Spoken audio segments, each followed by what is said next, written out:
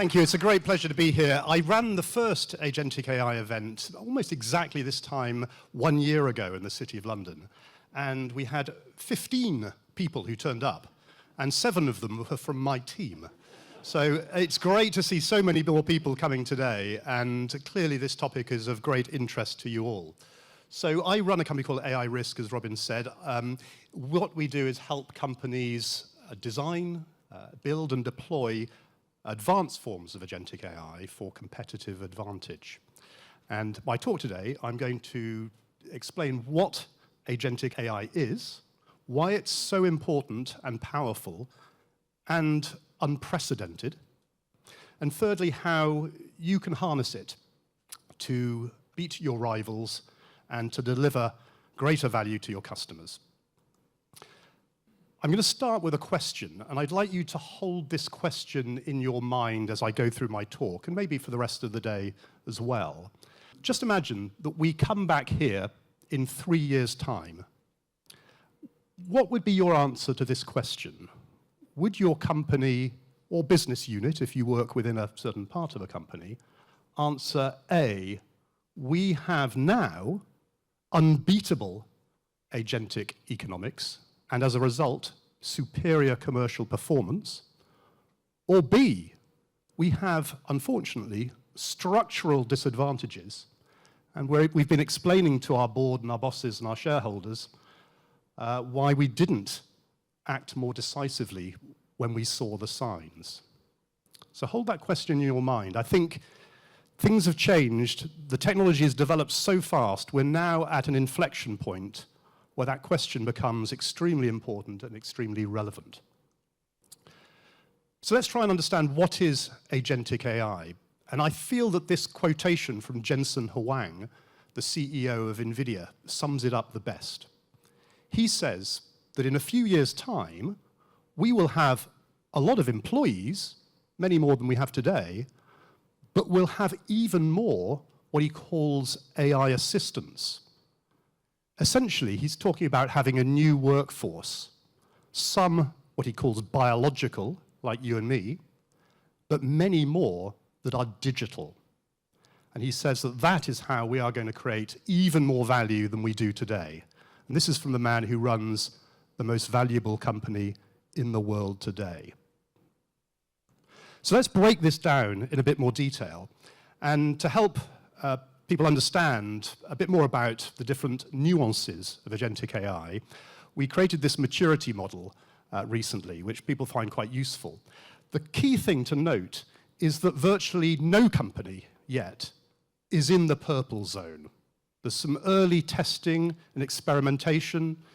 Even a lot of the big banks that have been investing a lot of money in AI for a long time now, or the big tech companies, still are just starting to dip their toe in the water.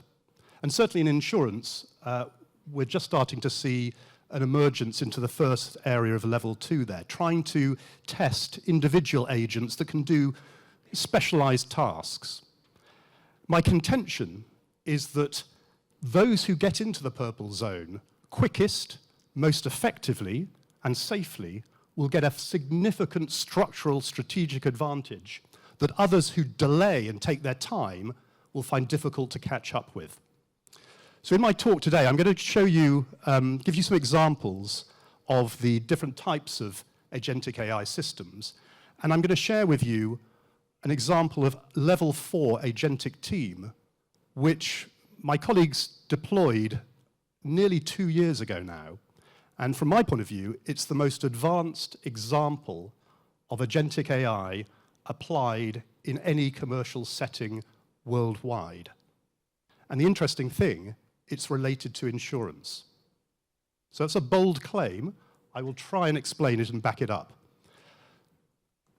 So before we get on to the details of agentic AI, let's just be really clear about how it's different from generative AI. And often people talk about agents, but what they're really talking about is generative AI. And as you know, generative AI generates content. You ask it a question, it gives you an answer, but then you do the work. Now, agentic AI is rather different. It does the work for you. So AI agents are a bit like human workers, a bit like you and me.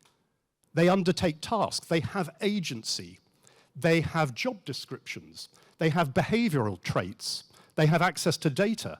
They are able to break down tasks into a process for resolving them.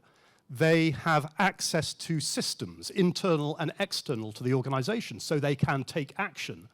And crucially, they have memory, so they learn incredibly fast on the job. And when we've done deployments over the last 2 years, we've demonstrated that if you design them right, and that is a big if you manage them carefully, they can be significantly better, significantly faster, and significantly cheaper than human labor, even on highly complex tasks. So they are much more, and increasingly so, than a chatbot.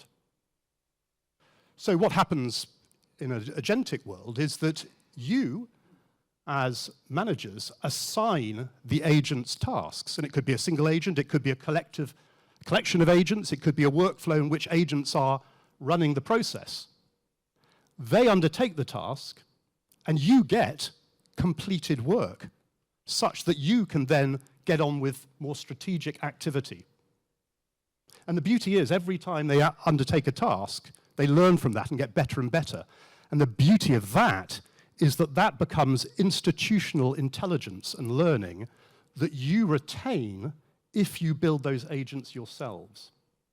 Humans walk out of the door and take all their knowledge to your competitors. You buy an IT system from a vendor, they retain the intelligence, but this is your new workforce, like Jensen Huang said. If you can work out how to design them and manage them effectively.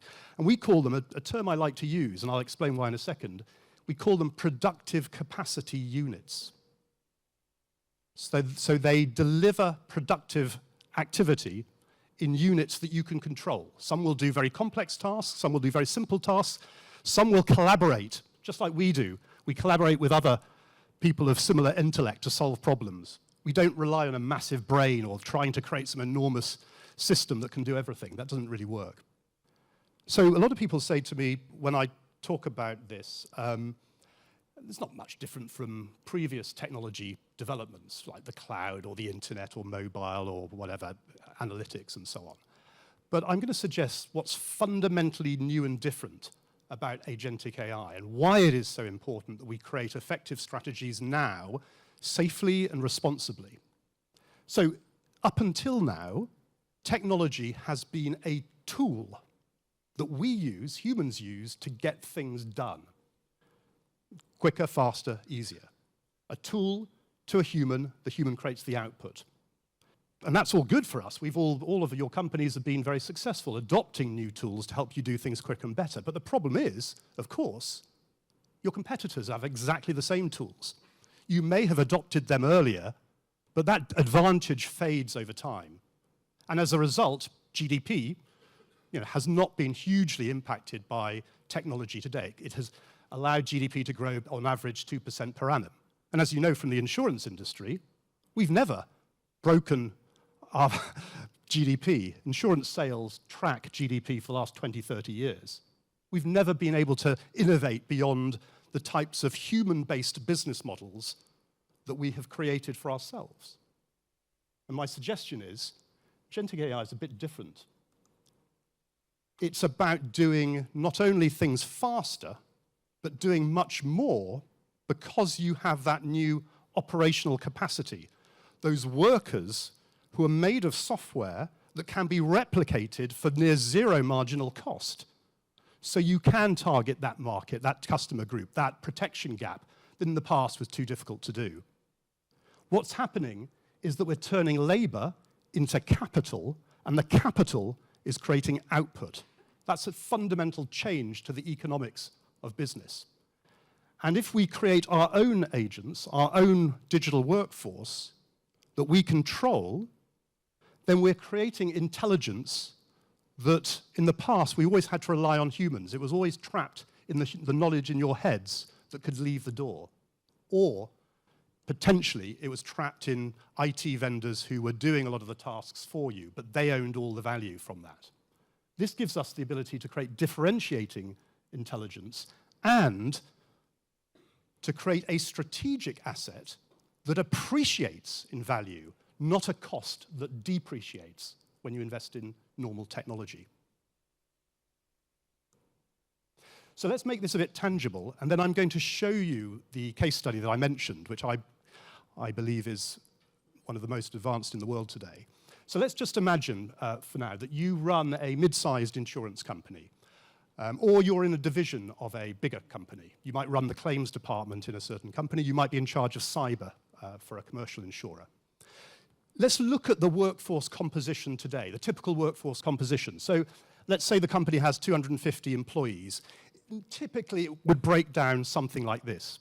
And actually, this is a project we're doing with a company right now. I'm going to show you before and after and what goes in between. You have a certain cost for that headcount, and you know that those workers work 9 to 5, and they go home and they have to have breaks and they have holidays. You're actually paying for about 50% of their time, because a lot of the other time they're spending at work is filling in forms, going to meetings, having lunch breaks, having coffees, all that sort of stuff. So you're paying, in this case, £16 million for 50% of the time. And that's just how we've had to work so far. I'm suggesting there's a different way. We can hire more humans because we're doing really well. People like our product, we want to grow, but we're going to have to hire more humans to do that. And the problem is, as I mentioned just now, we're only paying for some of the productive time. And when they leave, that expertise is lost. We can only grow in a linear way. That's insurance tracking GDP growth. There is an alternative that goes in addition to hiring more humans. I'm not saying we don't hire more humans. I'm saying in addition, your competitor has come to this event, has heard what I said, and thought, hold on, there might be a different route here. I want to answer that question at the beginning, A, not B. And your competitor says this: I am now going to invest in productive capacity units, the ability to create them, proprietary capability in areas where I create competitive advantage. Other areas I might buy in that capability from vendors who can do commodity activity. But in my core business of underwriting, claims, risk assessment, that's the area where I need to own that capability, because that's the differentiating intelligence that will create the new strategic asset that appreciates in value. And because you're just paying for the output, the costs of that productive activity per hour, when we've done analysis, is 3 times cheaper today, declining rapidly over the next few years as the technology gets better and better. So you're able to do much more for much less. And that gives you the ability to scale not just linearly, but potentially exponentially. So when you speak to your boss or your board or your shareholders about how you're going to grow, they might ask you this: are you going to grow in the way that you've always grown in the past, the traditional way, where you generate profit, that profit gets reinvested in hiring more people, but you know that takes a bit of time to find those people, and then we've got to train them and onboard them, then we deploy them, and then those smart people like you and everybody else here, we're delivering value to the company, but that's taking quite a lot of time. I'm suggesting maybe what happens if your competitor does this.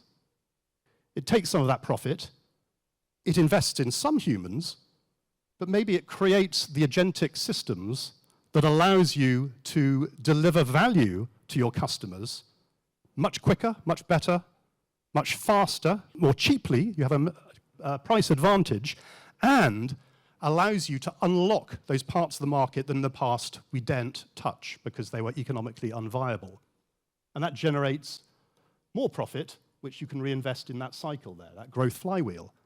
But look at the times in the middle. We go from 18 months to 1 to 2 to 3 months. And I've done this recently, where we deployed a whole team of agents that within a few weeks were delivering exceptional value for a tiny fraction of the cost that the company was incurring before, for a complex analytical set of tasks. So we come back in 2028, and this is our company instead. What you'll notice here is that we've changed the composition of the workforce. We've got maybe a few fewer humans in this particular case. This is I've slightly adjusted it, but it's a real example we're working on. But you'll notice that some of the strategic roles have expanded.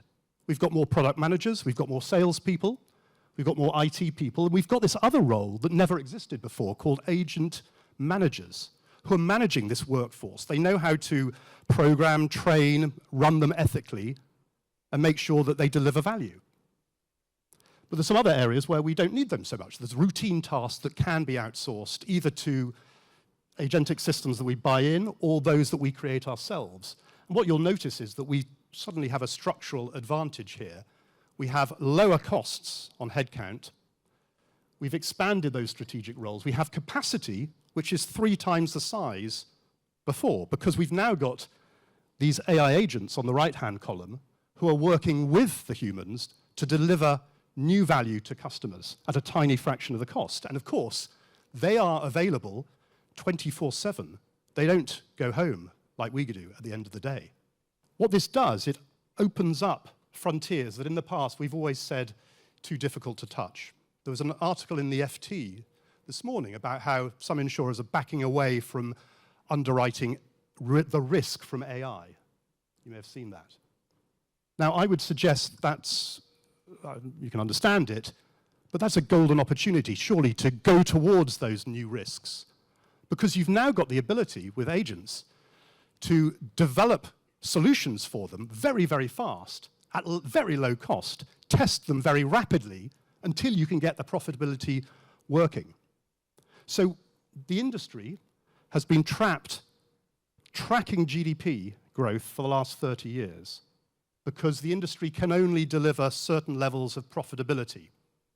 And the investors are reasonably happy with that because they get a dividend back. They know it's pretty, it's the same dividend every year. It's pretty reliable. But my suggestion is there's so much more that we, as the insurance industry, can do because there are things like protection gaps. This is the gap between what the world really needs to be economically resilient and what we are able to deliver them at a profit. And in Europe, as you may know, the protection gap in those areas there equates to about 25% of the total sales of insurance in Europe.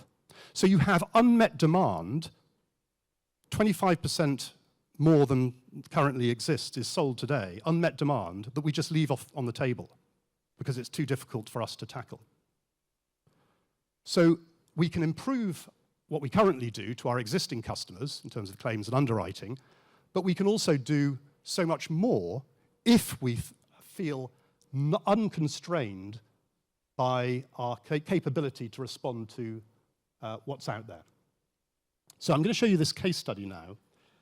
And as I mentioned, this was done started 2 years ago. And it's delivered some incredible results. And I share this sometimes, and people think I've made it up. But let me share it with you.